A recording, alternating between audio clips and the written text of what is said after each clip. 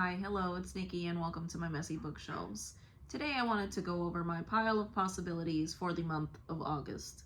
So, we are in a bit of a reading slump, naturally due to the terrible event that took place last month. I kind of immersed myself in Jane Austen and got a little over that, and now not quite sure what I want to read. I think I might want something a little dark, but I think maybe a thriller will help me get over the whole slumpiness that I'm feeling right now. But of course, I have a few selections here, and obviously, me being the mood reader that I am, there will probably be other things that I will pull off the shelf later on in the month. But for right now, this is my pile of possibilities, and I will start off with the two nonfiction that I have chosen. And the first one is The Rise and Fall of the Dinosaurs by Steve Brusatte, or Brusatte. And this is a history of the evolution of the dinosaurs and the subsequent extinction of the dinosaurs, and how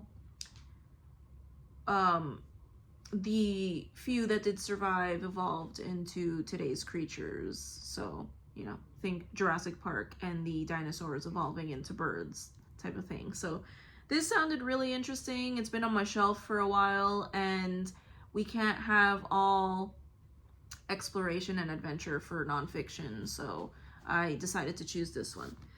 So the next one, of course, is Icebound by Andrea Pitzer, and this one is the story or the history of can't remember if it was Richard Barents or who was it? William Barents, who decided to explore the Arctic. So we've been doing a lot of Antarctic exploration in my reading, but we're going to the Arctic today, or hopefully this month at least.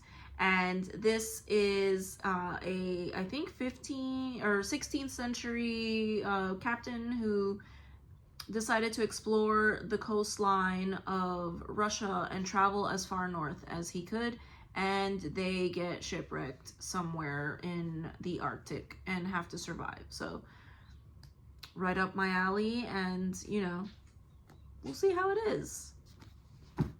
The next one, okay, that was it for the nonfiction that I pulled off the shelf. And the next one is The Thursday Murder Club by Richard Osman.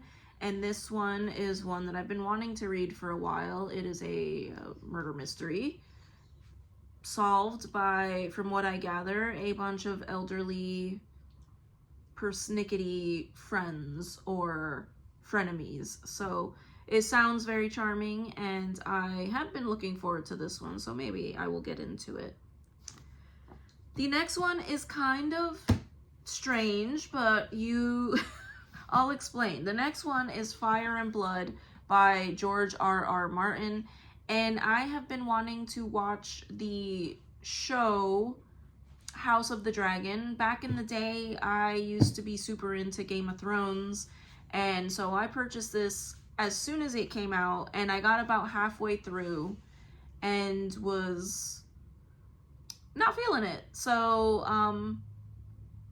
having seen some of the show, I now want to read the book before I continue on with the show. So I'm feeling very drawn to this. I don't know, though it is rather large. Obviously, it would work for Big Book Summer, and I have been reading some big books, but I don't know if I want to devote as much time as this will probably take. But we will see, because I'm feeling very drawn to this one. Haven't read a fantasy in a little bit. And then the next one is one that's been on my shelf for I don't even know how long. This one is The Lost Book of the Grail by Charlie Lovett. And this sounds kind of like a thriller, Da Vinci Code type of thing.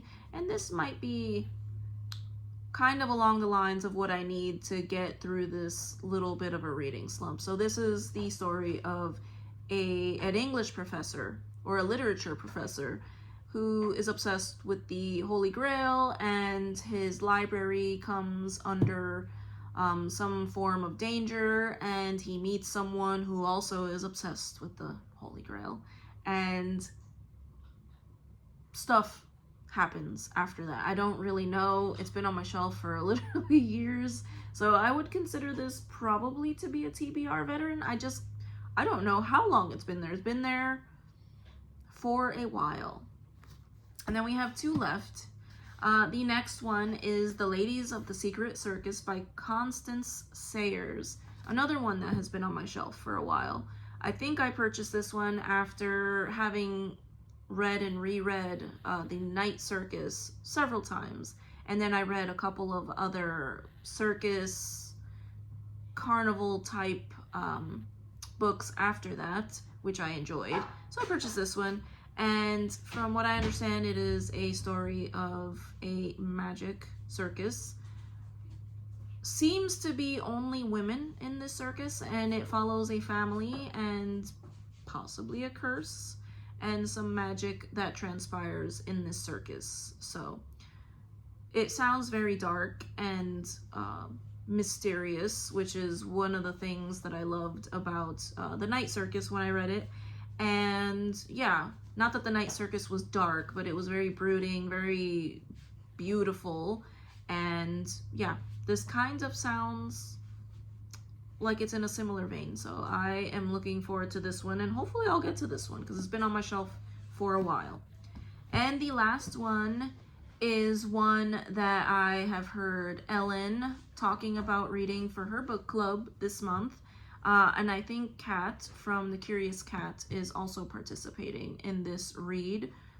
So I thought I would pull it off because, yet again, another one that has been on my shelf for a while. And that is Pachinko by Min Jin Lee.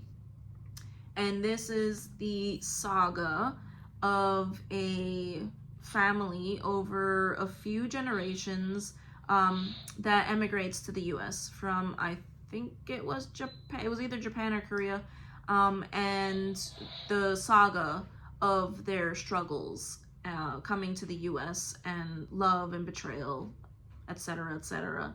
So one that I have been wanting to read for quite some time, and yeah, we will see if I will get to this one because this sounds like, and it is quite a large one as well. But I don't know if I'm in the right headspace for this one right now. We will see. If I can get out of this reading slump here, this may happen this month. I decided to pull it off because it would be fun to read it with some booktube friends. So, but that is all that I have pulled off the shelf for my pile of possibilities for August. And I thank you so much if you made it to the end of this video. I would honestly love to hear what everybody else is reading. So if you have plans for this month and what you're reading, I would love to hear about it. And I hope to see you in the next video. Bye.